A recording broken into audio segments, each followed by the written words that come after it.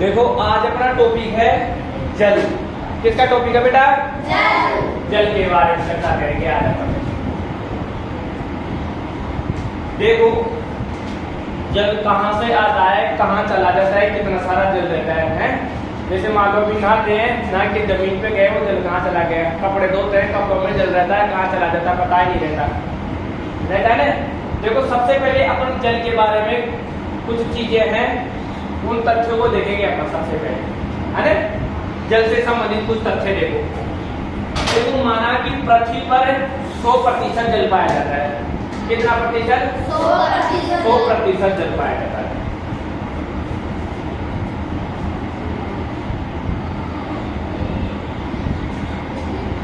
कुल जल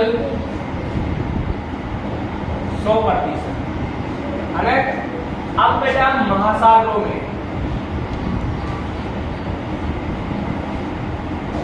महासागरों में जल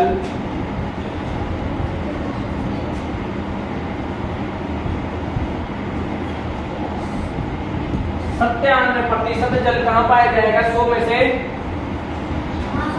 महासागरों के अंदर। कहाँ पाया जाएगा? कितना प्रतिशत जल पाया जाएगा? 97%। कुल जल का 97%। उसके बाद हिम के रूप में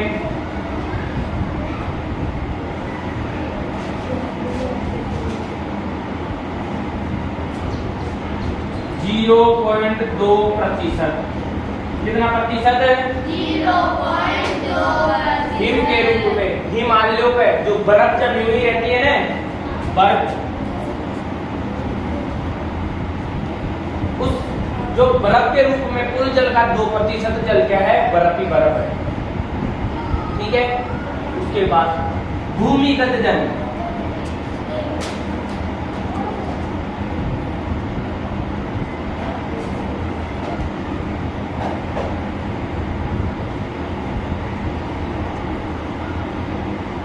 भूमिगत जल टोटल कितना है? मतलब ओनली सिर्फ 0.68%। कुल जल कितना प्रतिशत है? 0.008%। ये एक पॉइंट है, ये बताइए है।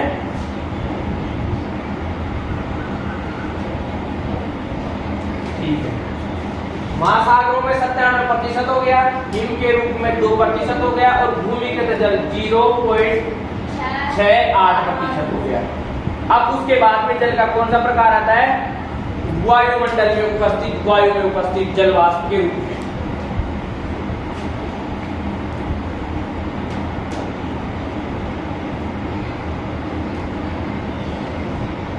जल वाष्प के रूप में कितना है?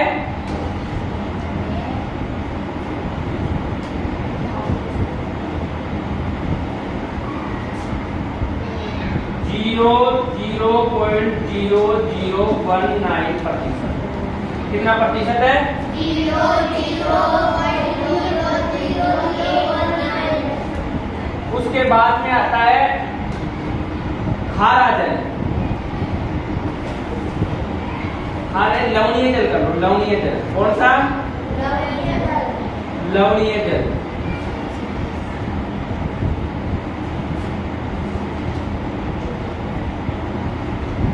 प्रतिशत 0.009%। वो है स्थल पर।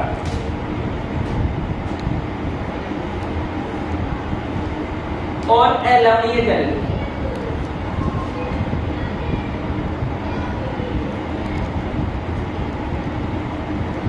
ये कहां पे? स्थल पर। कितना प्रतिशत मिलेगा? ये भी 0.009%। बात आई समझ में? अपन ने देख लिया महासागरीय जल कितना प्रतिशत है? 97%। उसके बाद में अपन ने देख लिया हिम। हिम कितने प्रतिशत है? बर्फ के रूप में 2%। उसके बाद में अपन ने क्या देखा? भूमिगत जल। भूमिगत जल कितना है? 0.68%। उसके बाद में अपन ने क्या देखा, जलवाष्प के रूप में जलवाष्प के रूप में अपन ने कल बात की थी वायुमंडल के अंदर वायुमंडल में नमी की मात्रा रहती है, वो कितने प्रतिशत है जलवाष्प के रूप में 0.0019%। उसके बाद में अपन ने देखा नदियों के रूप में नहीं देखा अपन ने, देखो नदियों के रूप में पाया जाएगा बेटा 1%, 0.0001%। कितनी बार जीरो है, 3 बार जीरो प्लस पॉइंट के बाद में 3 बार जीरो, और ये टोटल क्या हो जाता है 100%। ऐसा जल पाया जाता है। अब देखो आगे महासागरों में कितना प्रतिशत है, बोलो 97%। बर्फ के रूप में कितना प्रतिशत है 2%। और भूमिगत जल जो अपन बोरवेल के रूप में कुओं से पानी निकालते हैं ना, उनमें कितना प्रतिशत पाया जाता है, वो 0.68%। जलवाष्प के रूप में जल कितना पाया जाएगा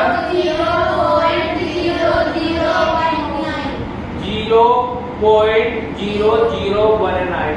उसके बाद में लवणीय जल स्थल पर 0.009%।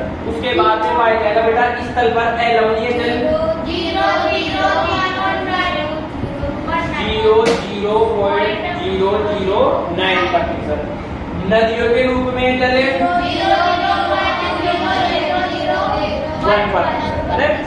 0.0001% पाया जाएगा। अब अपन ने जल की स्थिति देख ली, कहाँ पर जल पाया जाएगा। सबसे ज्यादा जल कहाँ पाया जा रहा है, महासागरों में। सबसे कम जल कहाँ पाया जा रहा है, नदियों के रूप में, है ना। और दूसरे नंबर पे जल कहाँ पाया जा रहा है, हिम या बर्फ के रूप में। ये बात अपन ने देख ली। अब एक बात बताओ, मेरे को ये बताओ कि जल कहाँ जाता है। मान लो इनमें से अपने बरसात हुई, बरसात कैसे हुई, बरसात के लिए आसमान में जल कहाँ से आया, और वो जल अपनी जमीन पे कैसे बरसा, और वो बरसने के बाद में वो जल वापस कहाँ चला गया, बताओ। देखो अपन ने कल एक बात की थी कि सूर्य सबसे जो भी गतिविधियां हो रही है पृथ्वी पर, उनमें मुख्य योगदान किसका है, सूर्य के प्रकाश का। किसका है, सूर्य के प्रकाश का है। अब देखो सूर्य का प्रकाश जैसे मान लो इस तल भागों पर, कितने भागों पर, इसी उदाहरण के लिए मान लो ऐसा होगा।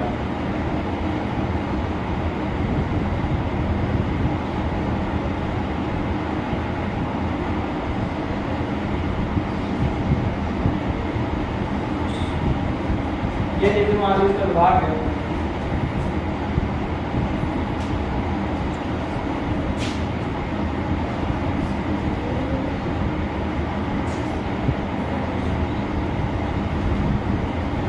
कई जगह पानी, कई जगह पेड़ पौधे।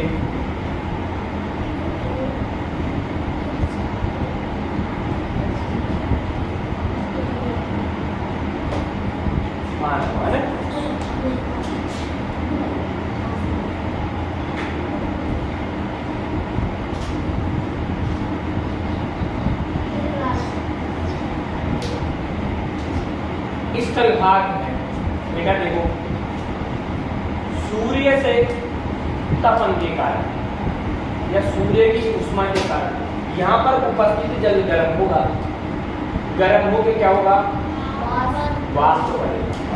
क्या बनेगा बेटा, वाष्प बनेगा। वाष्प होके आसमान में वायुमंडल में जाएगा। ठीक है, अब वायुमंडल में अपन ने देखा था कि क्षोभ मंडल के अंदर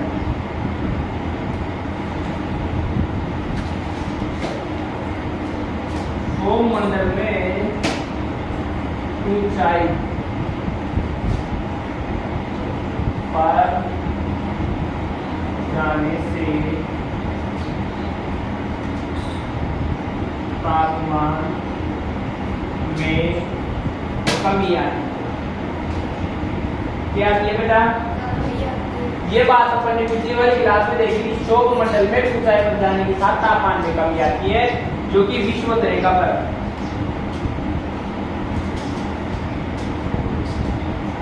-80 डिग्री सेल्सियस और ध्रुवों पर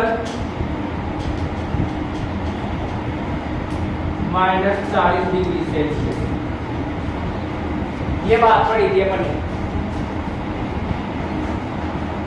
ये बात पिछली वाली क्लास में पढ़ी थी अपन ने, क्षोभ मंडल वाली क्लास, यानी वायुमंडल की संरचना वाली क्लास पढ़ी थी बेटा। ऊपर की तरफ जाएंगे तो तापमान क्या होगा? क्षोभ मंडल में कम होगा। क्या होगा? कम होगा, ठंडा होता जाएगा जैसे जैसे ऊपर जाएगा। ये बात ठीक है। अब देखो जैसे अपन छत पे जाते हैं, थोड़ा सा इस तलवार से ऊपर पे जाते हैं तो स्वेटर होती है ना, वैसे देखो। अब देखो आगे, इसको मैं मिटा देता हूँ। अब बेटा मेरे को एक बात बताओ, सूर्य से गिरने वाली किरणें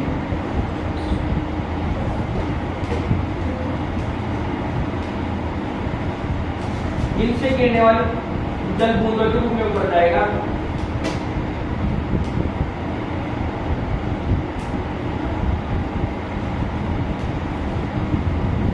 अब आप एक बात बताओ मेरे को,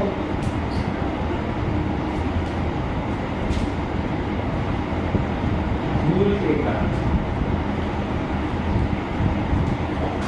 सूर्य की किरणें पड़ी बेटा, यहाँ से किरणें पड़ने के बाद ये पानी गर्म हुआ, पानी गर्म होकर जलवाष्प के रूप में ऊपर उठ गया। ठीक है, यहाँ तक बात है। अब एक बात बताओ मेरे को आप, अपन जब वायुमंडल में कहीं भी रात को, देखो रात को अपन को वास्ता पड़ता है, या फिर सुबह सुबह जब सूर्य की किरणें आती है अपने कमरे के अंदर, अरे या फिर कहीं भी अंधेरी जगह पर जब सूर्य की किरणें पड़ती है, या फिर रात को अपन कहीं भी जाते हैं तो अपनी गाड़ी की लाइट जाती है। तो जैसे गाड़ी की लाइट जिस चीज में जाएगी या सूर्य की किरणें जिस अंधेरी जगह पर आएगी, तो अपन को मतलब वो गोला सा जैसे भी आकृति में आ जाए, उस आकृति में अपन को धूल के कण उठते हुए दिखाई देते हैं ना सबको। तो बेटा ये ऐसे धूल के कण वायुमंडल में उठते रहते हैं। क्या हुआ? ये ऐसे ही धूल के कण वायुमंडल में उड़ते रहते हैं सब जगह, अपने सब जगह उड़ रहे हैं। ये अभी वर्तमान में अपनी इस क्लासरूम में भी उड़ रहे हैं। समझ रहे हो बात? इस क्यों? क्योंकि वो बारीक है जो अपनी आंखों से दिखाई नहीं दे पाए। समझ रहे हो? अपनी आंखों से दिखाई नहीं दे पाए। अरे वो अगर अपन इस गेट को बंद कर ले और लाइट से देखे ना रात को, मतलब एक बैटरी लगा के देखे तो ऑटोमेटिक बाकी सब जगह अंधेरा रहे, बैटरी का जिस जगह से फोकस जाएगा उस जगह पर अपन देखेंगे तो अपन को वापस वही धूल के कण दिखाई देंगे। होता है कि कभी धूल भरी आंधी चलती है तो उस समय पर बहुत ज्यादा मात्रा में हो जाती है तो अपन को ज्यादा दिखाई देती है। अपन मान लो सड़क से सड़क पार कर रहे हैं तो सड़क पे से मान लो मिट्टी पड़ी हुई है पास में, तो कोई साधन तीव्र गति से जाएगा तो तीव्र गति से जाने की मात्रा में उसकी हवा के साथ वो वहां से पड़ी हुई जो मर्दार जो भी अपशिष्ट पदार्थ है वो ज्यादा उड़ जाएंगे। तो वो उड़ेगी तो अपन को वो दिखाई देगी, क्योंकि जब ज्यादा मात्रा में दिखाई देते हैं तो अपन को दिखाई मतलब ज्यादा मात्रा में उड़ते तो अपन को दिखाई देते हैं। बाकी एक सामान्य रूप से जो उड़ते हैं वो अपन को दिखाई नहीं देते। ये बात समझ में आ गई आपको? भाई वायुमंडल में भी धूल के कण पाए जाते हैं। ठीक है, अगर नहीं समझ में आएगी तो आज रात को जाना और सब ये तो टॉर्च लेना है ना, टॉर्च लेके और रात को अपनी छत पे से ऐसे डाल के देखना और फिर देखना उसके जहां जहां उसका फोकस जाएगा उस पर देखना धूल के कण आपको दिखाई देंगे। ठीक है, अब देखो आगे देखो। अब जैसे बेटा ये वाष्पीकरण होकर जल ऊपर चला गया, फिर ऊपर चला गया। अब ये जो भी आपने वाष्प हुआ तो आपने ये देखा होगा ये धूल की कणें देखिए अपनी जस्ट ये वाष्प की बूंदें इस धूल की कणों की चिपक जाती है। कहाँ चिपक जाती है? धूल के कणों की। अब धूल की कणों के चिपक गए। अब जैसे जैसे हवा चलती है निम्न वायु दाब होता है तो ये और ऊपर की तरफ चलते रहते हैं। आपने देखा है कभी बादल, बादल सब देखे हो बेटा? आज भी बादल हो रहे, तो बादल देखे हो? बादल आपने कभी रात को बादल देखे हो? रात को चांद देखे हो सबे? अभी देख बरसात के दिनों में आपने देखा होगा कि चांद उग रहा होता है और वो ऐसे लगता है कि जहाँ ये बहुत तीव्र गति से चल रहा है, चलता है, दिखाई देता है, देता है क्या? लेकिन उसमें हकीकत क्या होता है कि वो नीचे से बादल होते हैं ना, बादल चलते हुए दिखाई देते हैं, पर वो बादल चल रहे होते हैं उस समय। जो बादल होते हैं ना, बादल, वो बादल चल रहे होते हैं। अब देखो बादल कैसे, आपने जल उबलता हुआ देखा है? सबने जल उबलता हुआ देखा है बेटा? तो जल उबलता हुआ देखा है तो आपने उस भगोनी के जो ऊपर का सिरा है, ऐसे मानो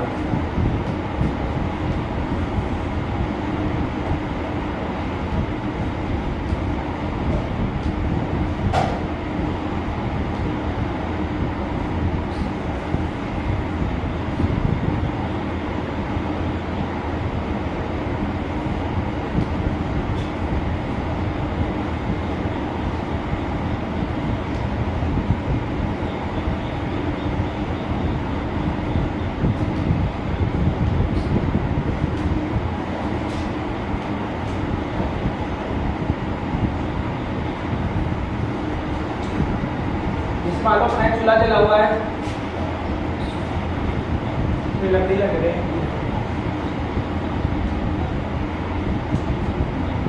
चूल्हे में ईंधन लगा दिया पर लकड़ी लगा दी, एक बर्तन रख दिया पर उसके ऊपर जल भर के, ठीक है, और उसको जलाते हैं। अब जैसे ये उबलने लगता है जल, तो ये वाष्प के रूप में अपन को यहाँ दिखाई देता है, यहाँ बिल्कुल वाष्प से दिखाई देता है, बिल्कुल वाष्प बना हुआ है, दो ऐसी दिखाई देती है यहाँ पे, देखिए कि ये बेटा देखिए ना, तो ये ऐसे ये धुएं एक तरह से किसका रूप है? एक तरह से बादल होते हैं, मान लो ऊपर जाके क्या बनेगी? ये धुएं ऊपर जाके जो ये अपन को जो छोटे छोटे कण दिखाई दे रहे हैं उन कणों के उनमें सम्मिलित हो जाएगी, उनके चिपक जाएगी, समझ रहे हो बात? इन कणों के चिपक जाएगी और ये कण जैसे जैसे ऊपर जाएंगे तो आपस में चिपकते एक कण के पास दूसरा कण आगे चिपक जाएगा और ये कण आपस में एक दूसरे के साथ संगठित हो जाएंगे, एक कण के पास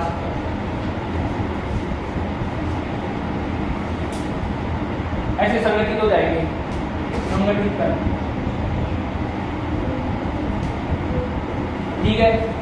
अब ये कण जैसे संगठित हुए मतलब थोड़े से भारी हो गए। एक तो बात बताओ बेटा, आप अकेले हो, हैं? आप अकेले, एक तो आप एक अकेली बुक को उठाओ, आपकी पुस्तक है उसको अकेली को, फिर आप बहुत सारी पुस्तकें करके उठाओ, उठने नहीं आएगी क्या आपसे? नहीं उठेगी ना, बहुत सारी कर लिए, कम से कम 100 पुस्तकें कर लिए एक साथ, उठ जाएगी फिर आपसे? वो नहीं उठेगी, 5-10 तो आराम से उठ जाएगी, एक पुस्तक के साथ 10-15 पुस्तक तो आप उठा लोगे। वैसे क्या हो गई, ये छोटे छोटे कण पहले तो बहुत नए के बराबर थे और धीरे धीरे आपस में इनके आसपास दूसरे के आसपास चिपकते गए और ये क्या होते हैं? बड़े बादल बनते गए। धीरे धीरे आप देखते हो बादल छोटे छोटे रहते हैं, टुकड़ों के अंदर रहते हैं बादल, रहते नहीं रहते हैं। फिर ये बादल क्या होते हैं? आपस में संगठित होते हैं, आपस में एक दूसरे के साथ हवा के साथ चलते जाते हैं और संगठन की विधि के माध्यम से ये आपस में क्या हो जाते हैं? संगठित हो जाते हैं। क्या हो जाते हैं? संगठित होता है। किस विधि से होते हैं ये संगठित? संगठित विधि से संगठित हो गए। अब मान लो जब तक इनसे वजन उठ रहा है, जब तक तो दूर तक चलते हैं और जब इनसे वजन नहीं उठता तो फिर क्या करते हैं? भाई अब वजन नहीं चल रहा, देखो हमारे, और ये फिर अपनी जो भी धूल के कणों के साथ जो पानी की बूंदें चिपक गई थी उनको वहीं पे छोड़ देते हैं और वो अपने किस रूप में आ जाता है? बरसात के रूप। किसके रूप में आ रहा है? बरसात के रूप, या ये तो वर्षा के रूप में आ रहा है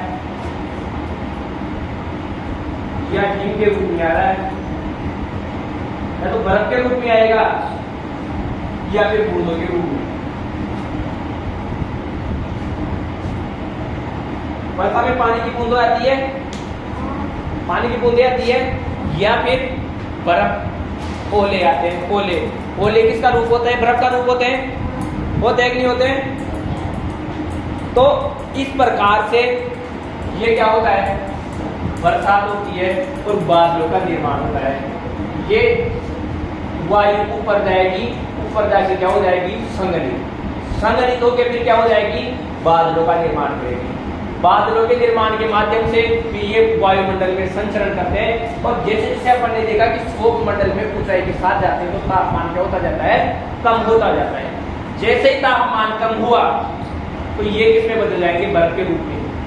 पानी ठोस हो जाएगा, या फिर ये भारी हो जाएगा, जो वाष्प गैस के रूप में पानी था वो द्रव के रूप में बदल जाएगा। अरे द्रव के रूप में बदल जाएगा तो वो क्या हो जाएगा? फिर उसे झलेगा नहीं, वायुमंडल में अपनी स्थिति बरकरार नहीं रख पाएगा, और वो अपने वजन को कम करने के लिए अपनी बूंदों को क्या कर देगा? पानी को नीचे छोड़ देगा, और वो अपने को बरसात के रूप में प्राप्त होगा। ये बात समझ में आ गई? समझ में आ गई? अब देखो अपन आगे देखेंगे क्या। अब इसके अंदर अपन देखेंगे एक तो लवणीय जल और एक अलवणीय जल। अब इनमें से बेटा देखो, कुछ वर्षा तो समुद्रों के किनारे हो जाएगी, कुछ वर्षा पर्वतों पे हो जाएगी, है, और कुछ अपने मैदानी क्षेत्रों पे हो जाएगी। मैदानी क्षेत्रों पे इन पे होगी तो पानी झीलों के रूप में एकत्रित होगा तो पानी मीठा रहेगा, और अगर वो पानी वापस समुद्र के अंदर मिल जाता है ताकि तो वो पानी क्या हो जाएगा? खारा हो जाएगा। कैसा हो जाएगा? खारा हो जाएगा। कैसा हो जाएगा? खारा। अब देखो दो चार चीजें और मुख्य बातें हैं बेटा।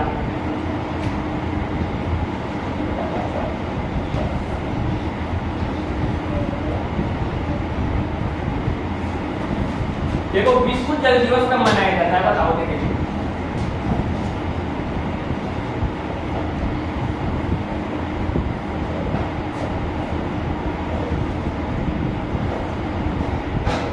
कब मनाया जाता है? 2 मार्च को। कब मनाया जाता है? कब मनाया जाएगा भाई? 22 मार्च को। क्या मनाया जाएगा? विश्व जल दिवस। क्या मनाया जाएगा? विश्व जल दिवस।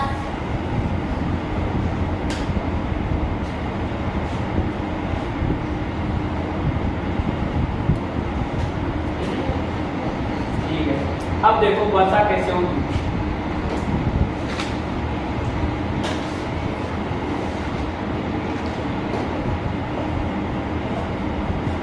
सूर्य तप से जल वाष्प होकर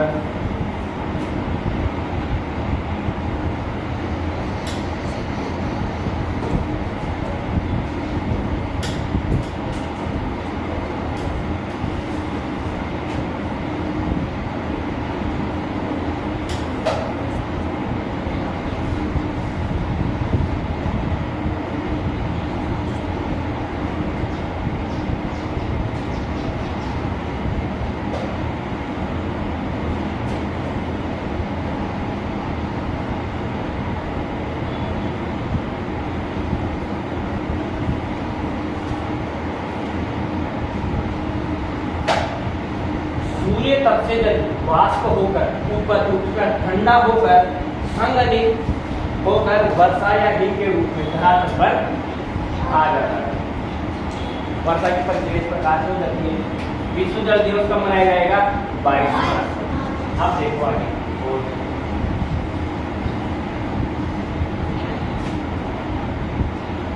देखो एक होती है लवणता। अपन ने देखो खारा जल क्या होता है? खारा जल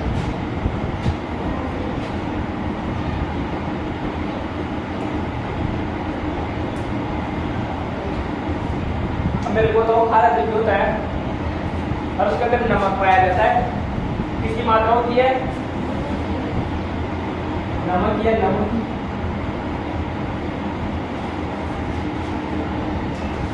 ठीक है। अब देखो इसको कैसे मापते हैं। पोषक लवणता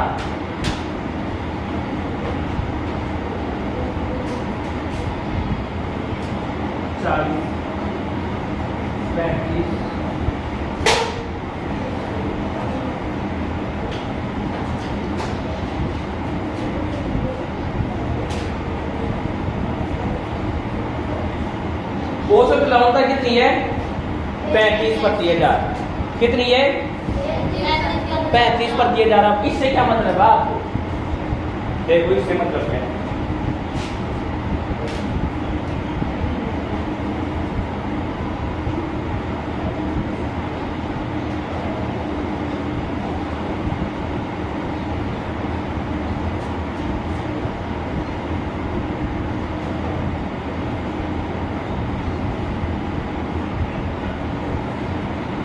टोटल 1000 ग्राम जल के अंदर कितना मात्रा है? 35 ग्राम नमक की मात्रा। वो क्या कहलाते हैं? औसत। औसत औसत लवणता क्या कहलाएगी बेटा? औसत लवणता। अब देखो जैसे मान औसत लवणता का मतलब समझ गए? 1 किलो जल है, एक मान लो किलो 1000 ग्राम, या आप 1000 लीटर भी ले सकते हो। आप ग्राम में लिख 1000 ग्राम जल में 35 ग्राम नमक की मात्रा क्या कहलाती है? औसत लवणता 35/1000। ये बेटा 1000 का निशान है। किसका निशान है? 1000। समझ में आएगी बात? अब देखो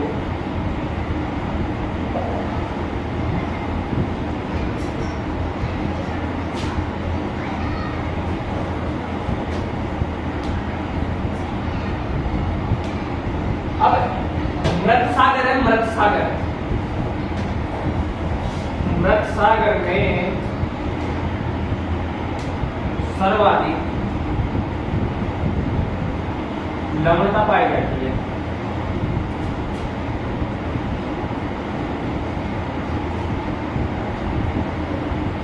यहां पे कितनी होती है? 340/1000। 340/1000 मतलब समझ गए? यानी 1000 ग्राम में 340 ग्राम क्या पाया जाएगा? नमक या फिर लवण। समझ गए बात?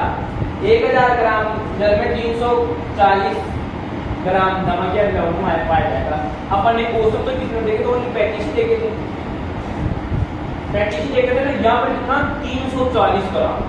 मतलब खा रहा उसे समझ हो? खाए उसको जीव नहीं लगा।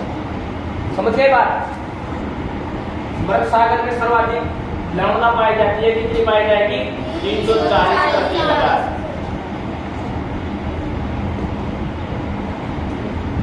खारे लवणता का मतलब समझ गए? क्या होता है लवणता का मतलब? समझ गए ना? अब देखो आप, अब अपना पाठ पढ़े।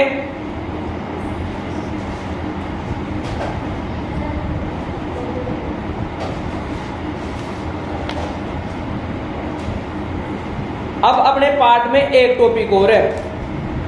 कौन सा? ज्वार बाठे का। किसका है बेटा? ज्वार बाठा।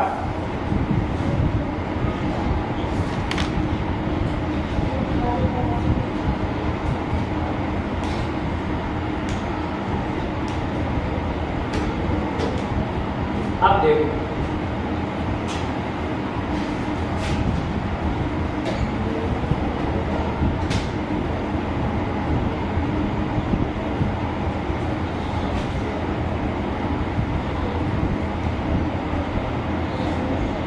ज्वार बेटा महासागरीय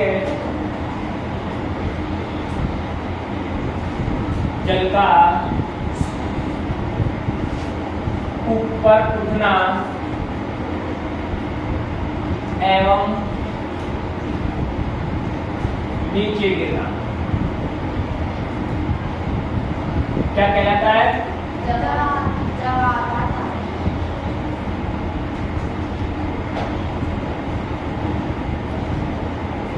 ज्वार भाटा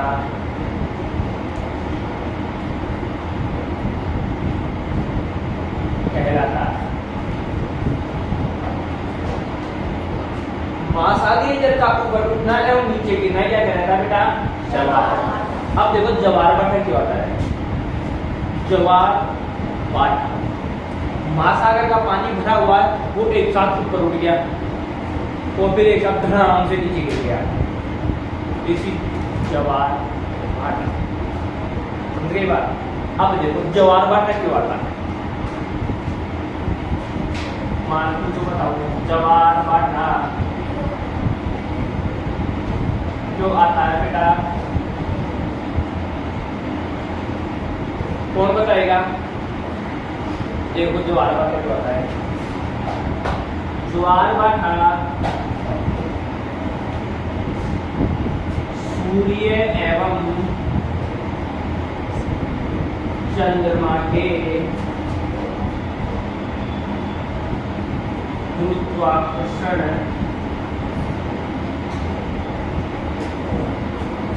बल के कारण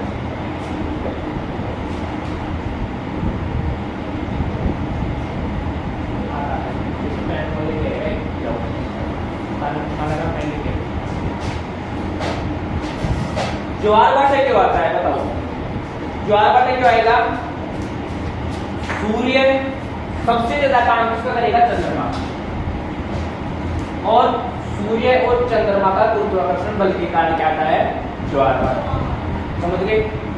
अब देखो इसके अंदर भी दो स्थिति होती है ज्वार भाटा, एक तो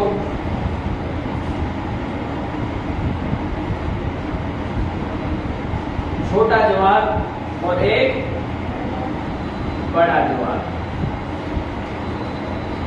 छोटा ज्वार कब आएगा और बड़ा ज्वार कब आएगा, ये भी दो स्थितियां हैं, समझ रहे हो बात। अब अपन देखेंगे कि छोटा ज्वार तो कब आएगा और बड़ा ज्वार कब आएगा। देखो ज्वार का कैसे होता है, किसके कारण आएगा, चंद्रमा के गुरुत्वाकर्षण बल के कारण, लेकिन उसके साथ साथ सूर्य का गुरुत्वाकर्षण बल भी काम करता है। देखो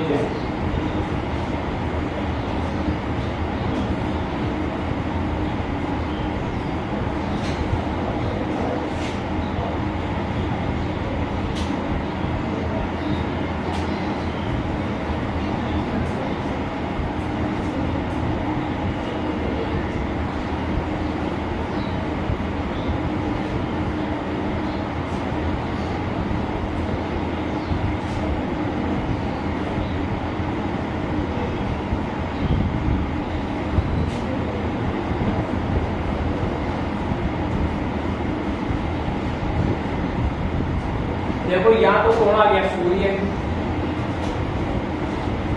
यहाँ गया चंद्रमा और यहाँ पृथ्वी, जब तीनों एक ही सीध में आ जाते हैं,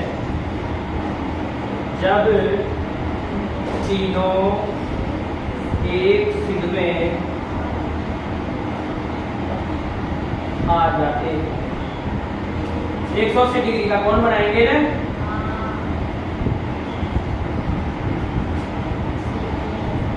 तब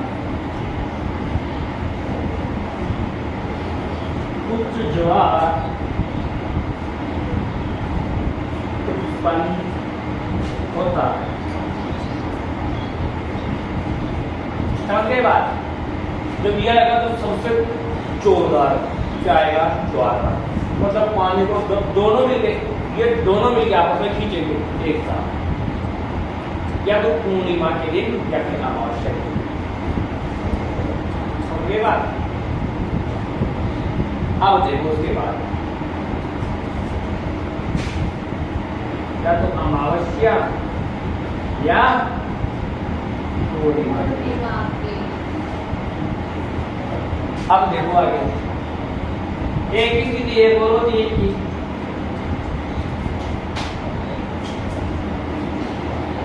अब देखो मेरी बात सुनो भाई, चंद्रमा तो पृथ्वी के चक्कर लगाएगा हैं, और पृथ्वी सूर्य के चक्कर लगाएगी, ऐसे तो चलता है ना बेटा, चलता है ना। अब जैसे मान लो एक ही स्थिति ऐसी आ गई,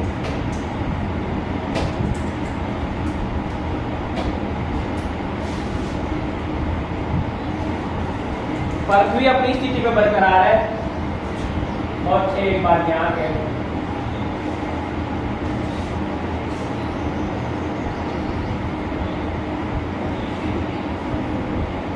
नंबर डिग्री कौन हो गया, 90 डिग्री हो गया ना। तो यहाँ पे भी क्या आता है, उससे थोड़ा सा कम जोर आएगा, लेकिन यहाँ पे भी वृत्त ज्वार ही आएगा। यहाँ पे लघु ज्वार आएगा। कौन सा आएगा? लघु ज्वार।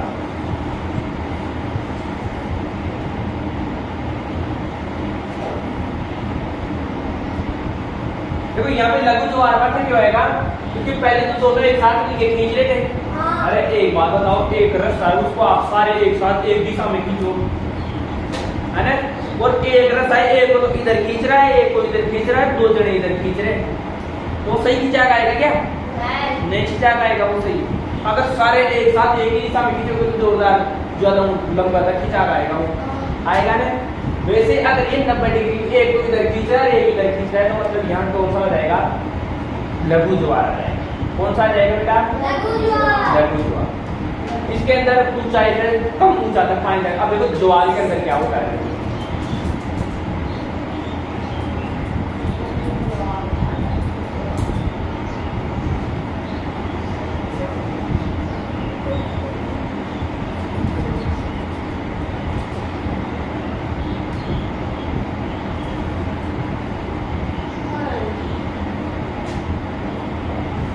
मान लिया ये पृथ्वी है, तो इस पृथ्वी पे से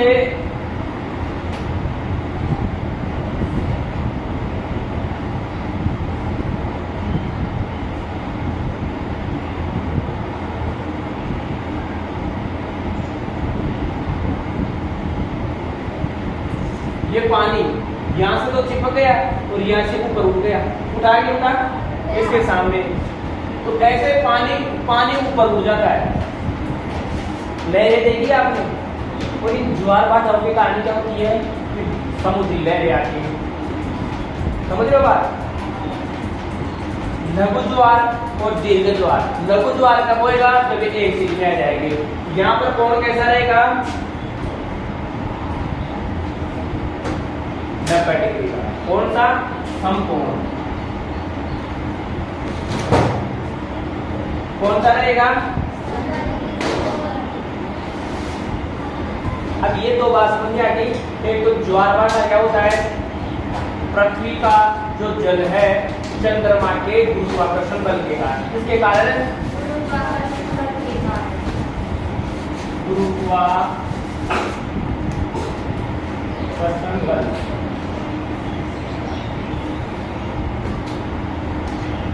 एक बात बताओ बेटा, कि पृथ्वी का जो गुरुत्वाकर्षण बल है उसकी वजह से तो अपन तो चिपके हुए हैं, है नहीं है? भाई पृथ्वी का गुरुत्वाकर्षण बल तो अपन को चिपका रहता है। ये नहीं रहता तो अपन सब उड़ते रहते, वो एरोप्लेन की तरह उड़ते कि उड़ते पक्षियों की तरह। कभी अरमान से लिए अभिषेक से बढ़ रहा है, कभी ये कानाराम से बढ़ जाएगा, बढ़ जाएगा, ऊपर उड़ता होता है। बढ़ जाते क्या ऐसे? अरे पक्षी थोड़ी बढ़ते हैं, वो उस हिसाब से हो जाता है सब, है ना। लेकिन आप भी पक्षियों की तरह उड़ते रहते, क्योंकि जब गुरुत्वाकर्षण बल ही नहीं रहता। और इस गुरुत्वाकर्षण बल के कारण क्या होता है? ये आपस में एक दूसरे को अपनी तरफ खींचते हैं। जैसे ये चंद्रमा इसके नजदीक आएगा, तो नजदीक आने के बाद ये इसके पानी को, जो भी इसकी हल्की चीजें है, उनको अपनी तरफ खींचेगा। बात आएगी समझ में? और जैसे ये चक्कर लगाता रहता है, दूर हुआ और वापस पानी फिर एक धड़ाम से नीचे छूट जाता है, उसके गुरुत्वाकर्षण बल से बाहर हो जाता है और फिर वापस पानी नीचे।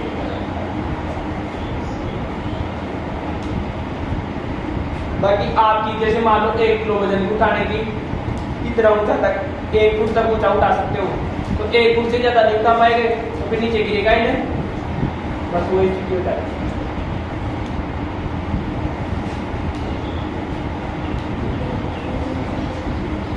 तो देखो आज अपन ने क्या क्या देखा।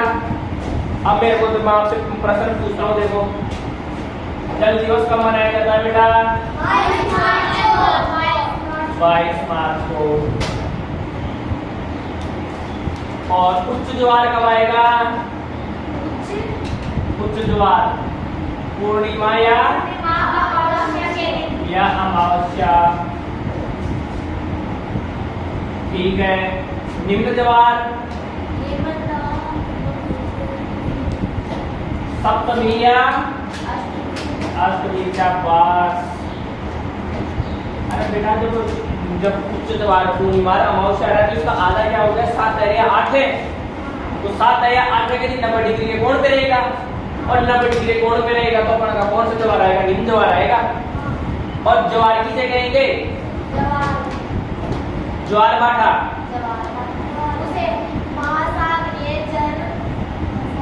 महासागरीय जब सूर्य और चंद्रमा के गुरुत्वाकर्षण बल के कारण अपनी सतह से क्या हो जाता है, ऊपर उड़ जाता है, उसे ज्वार भाटा कहेंगे। उड़ना और नीचे गिरना, ठीक है। और इसके बाद में और अपन ने क्या क्या देखा,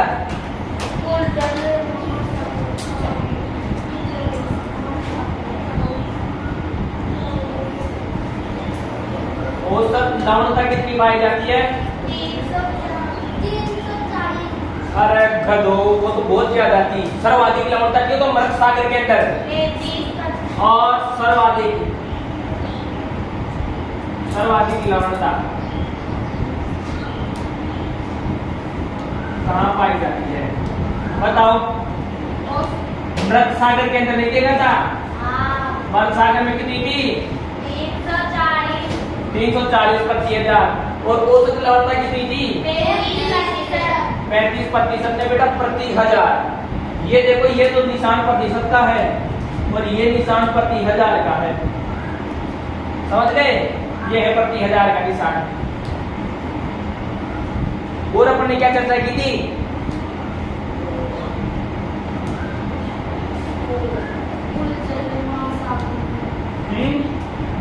महासागरों में, हाँ महासागरीय जल कितना है,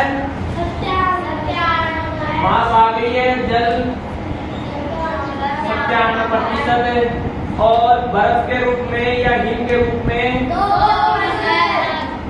2%, और धरातल पर वो भूगर्भ में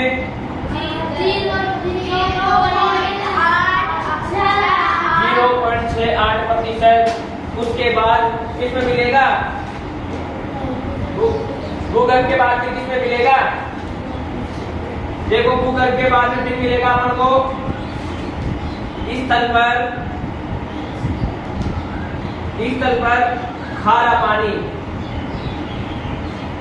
0.009%, और मीठा फिर, हाँ 0.009, और फिर उसके बाद में भूगर्भ पे हो गया, इस तल पर हो गया, और फिर नदियों में हो गया। नदियों में कितना था, 0.0001%, 3 बार 0, पॉइंट के बाद में 3 बार 0 है ना। और कौन सा, और वायुमंडल का जल रह गया, वायुमंडल में कितना पाया जाएगा, वायुमंडल में कितना था, 0.0019%, ठीक है। तो ये अपने जल की स्थिति देखी, सर्वाधिक जल कहाँ पाया जा रहा है, महासागरों के अंदर, ठीक है। और अपन ने क्या देखा इसके अलावा,